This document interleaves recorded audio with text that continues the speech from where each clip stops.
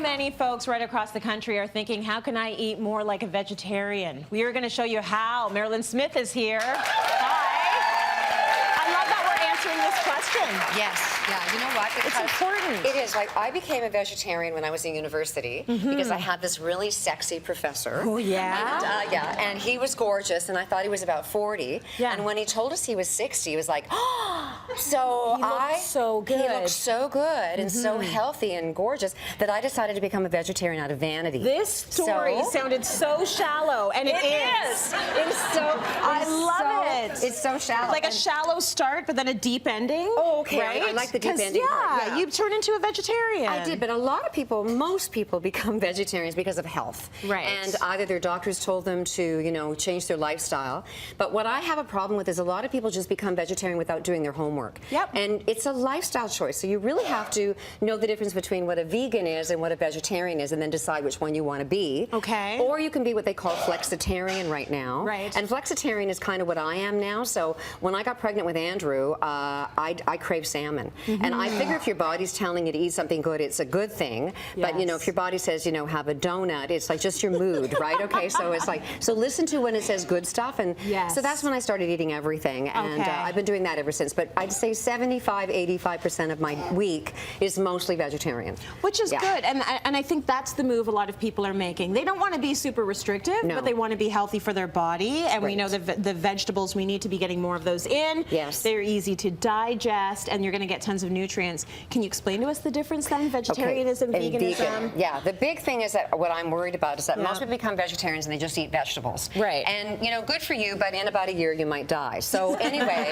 because although you will never be full. You will never be full. No, the thing about eating a lot of vegetables is really, really good for you, but there's not enough protein or iron. Yes. And without those two things, you basically become anemic and die. Yeah. And you know, a lot of people who go on vegetarian diets that don't do it correctly are tired all the time. Yes. And that's not something to be ignored. You really need to go see a doctor, because if you don't have enough iron, you know, your blood isn't carrying the oxygen to your brain. It's really a bad thing. It's I mean, people die from anemia. Okay, so your protein sources for being a vegetarian would start off with the dairy people, okay? So milk, kefir, a Greek yogurt would be a much better pick than a regular yogurt. I mean, I love all yogurt, but for a protein standpoint, that's a better source of protein. Eggs, once again, are great, excellent. They're like a vitamin pill in a carton.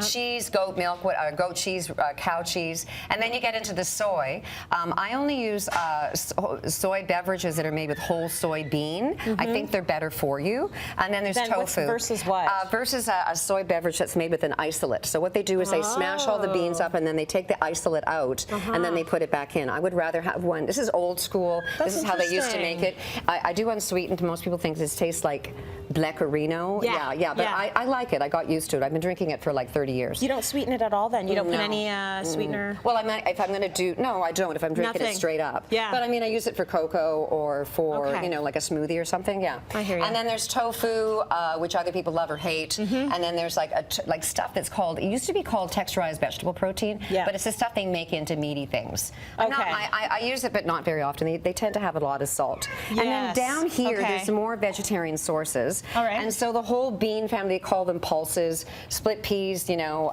lentils, split peas, beans. But also for protein, there's seeds. And so hemp hearts are a seed, flaxseed is a seed, and they're good for you. But quinoa is also a seed.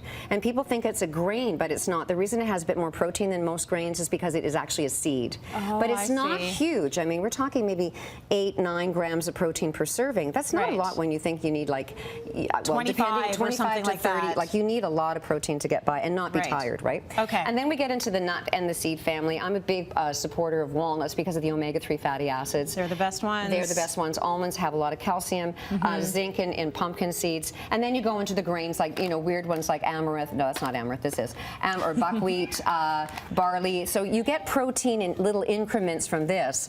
More so in the bean guys. But the dairy parts and the eggs are the really good ones. And what I'm concerned about is that, okay, so over here, the whole table is called vegetarian. vegetarian. Right. And then this is vegan. So all of this stuff out. This, except for the vegetables, but all of these protein sources are out. Okay. And my concern is that they're not getting enough omega-3 fatty acids, which is an essential fatty acid. So we have to make sure you're eating a ton of walnuts and maybe using canola oil because that's an omega-3 fatty acid. And you need that. Essential means you don't make it in your body. You need to get it from food. You got to add it. You got to add it. Okay. All so right. I'm going to make a vegetarian dish. So I blacken some corn, which smells so good. Doesn't it smell fantastic? Yes. I know. And then I'm going to add a little bit of the omega-3 fatty acid for the canola oil, and I'm going to brown up some red onions and some garlic.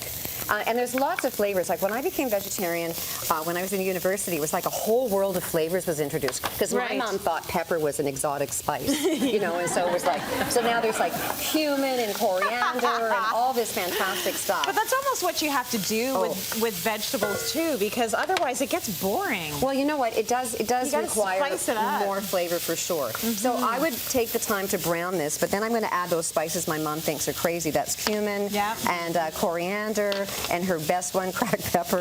Wild and then woman. Chili powder.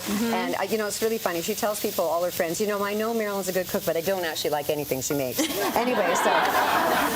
You got to love the moms, Oh, my God. Yeah, she you got to love them. And then she'll phone and go, what did you do to your hair? Anyway, okay, so black beans, that's your other protein source. And then I'm going to put in some enchilada sauce, which I buy at a specialty market. And you're going to throw that in.